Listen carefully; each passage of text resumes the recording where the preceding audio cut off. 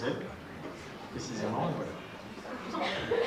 Bonjour, je m'appelle Raphaël de Monténard et je suis consultante en recrutement. Je suis très heureuse d'être engagée à Fonder Demain. Voilà.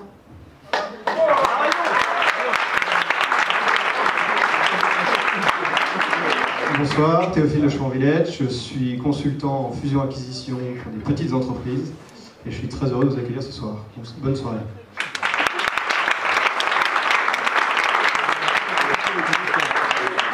Bonsoir, Augustin Laudet, je suis consultant en organisation et je suis secrétaire de l'association Fonder Demain.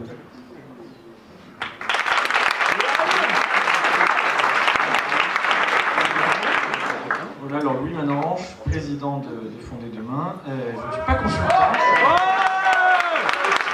Je suis doctorant et enseignant en histoire contemporaine à Paris 4. Est-ce que vous ne trouvez pas que le son est un peu désagréable ? Ça... Non ? C'est bon, vous supportez bien ? Alors très bien, alors on va s'en tenir à ça. Quelques petits détails sur le déroulement de la soirée. Donc dans un premier temps, on va présenter très brièvement Fonder Demain, les groupes de travail. Donc d'abord le groupe 1, présenté par Jeanne-Marie, qui est également notre tweetos en chef. Donc certains doivent admirer sa prose tweetesque quotidiennement. Ensuite le groupe 2, présenté par Augustin Laudet lui-même. Ensuite, Clémentine Guerbrand viendra nous présenter un projet de groupe qui va très bientôt aboutir et on évoquera les suites du groupe 1. Donc tout ça ne durera, rassurez-vous, qu'une vingtaine de minutes et on passera ensuite au cœur de notre rencontre, donc la table ronde et d'abord les interventions des uns et des autres. Alors, il va y avoir une toute petite complexité, donc il va demander beaucoup d'attention pour la partie table ronde à proprement parler, c'est qu'il n'y a qu'un micro. Donc, pour les interventions des uns et des autres, ils seront en pupitre, donc tout va bien. Pour la partie pupitre, on pourra penser à autre chose tout en entendant. Alors que pour la partie débat, il va falloir être d'une attention absolument irréprochable. Mais en principe, la salle est suffisamment bien sonorisée pour que tout le monde entende. Voilà. Alors, beaucoup de personnes sont venues et nous l'ont dit, nous en ont fait l'aveu pour savoir ce que signifiait Fonder Demain.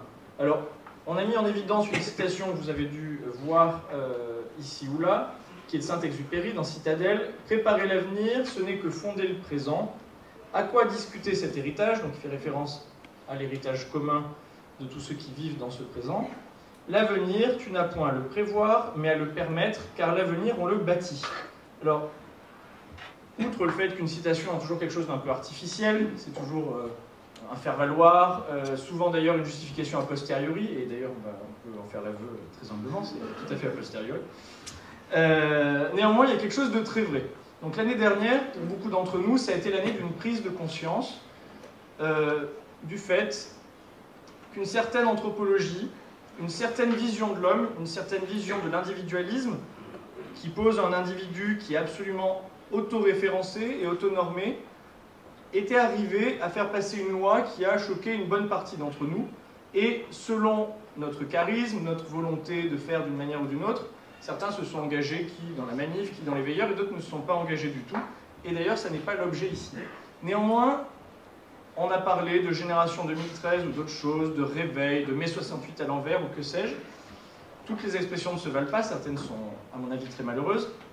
Mais néanmoins, cette année a été l'année de la prise de conscience que l'on pouvait proposer une autre anthropologie, que l'on pouvait proposer une vision de l'homme qui soit fondée sur l'idée de personne humaine, une personne humaine dans une dignité qui est absolument intangible, et qu'il n'y avait pas de cours nécessaire de l'histoire qui irait vers toujours plus d'individualisme, toujours plus d'idéologie libertaire, et toujours plus de laisser faire, aussi bien d'ailleurs dans les questions sociétales, comme il est d'usage de les appeler, ce qui est vilain, que dans les questions économiques, sociales et politiques.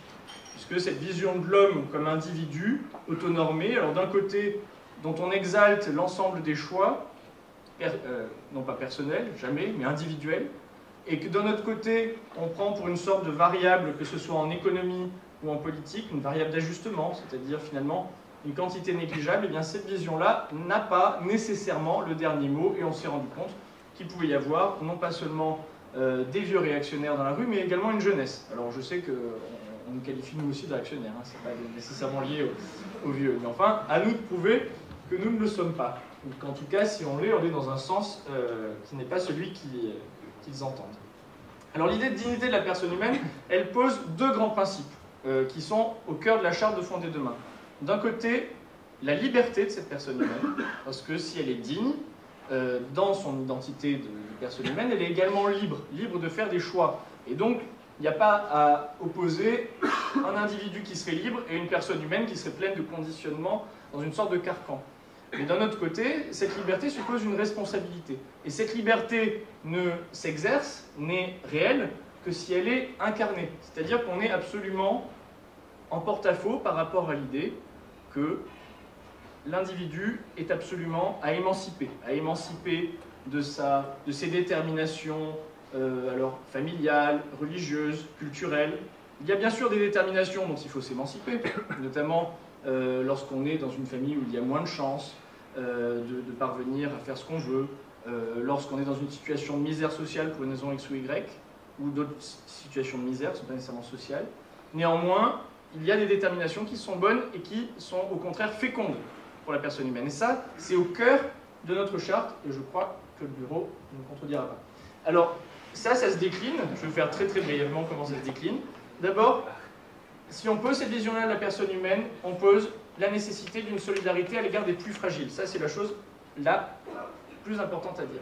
Les plus fragiles, c'est à la fois les plus fragiles socialement, ici aussi, mais également ceux à qui on ne reconnaît plus nécessairement leur identité de personne humaine. Hein, dont je ne vous fais pas de dessin sur les endroits où ça pêche particulièrement. Mais on ne va pas faire du pro-life ou du social, ça va être une vision complète de la personne humaine.